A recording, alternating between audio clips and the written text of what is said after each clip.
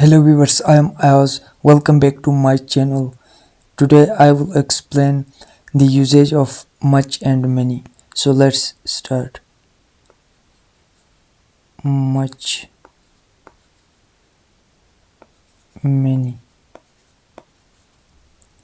So many is used for countable.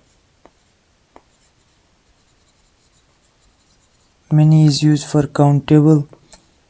Much is used for uncountable.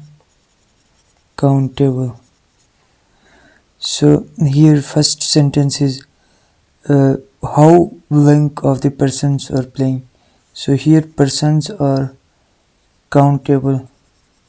We can count them. So many will be the correct answer. How blank of the money.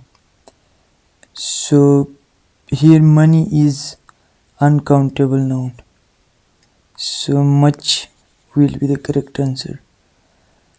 Third is how blank of the doors are being opened.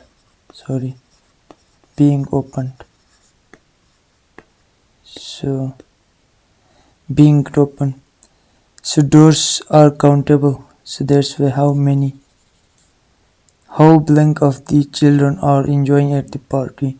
Here children are countable. So many. How blank milk he should drink. So here milk is uncountable.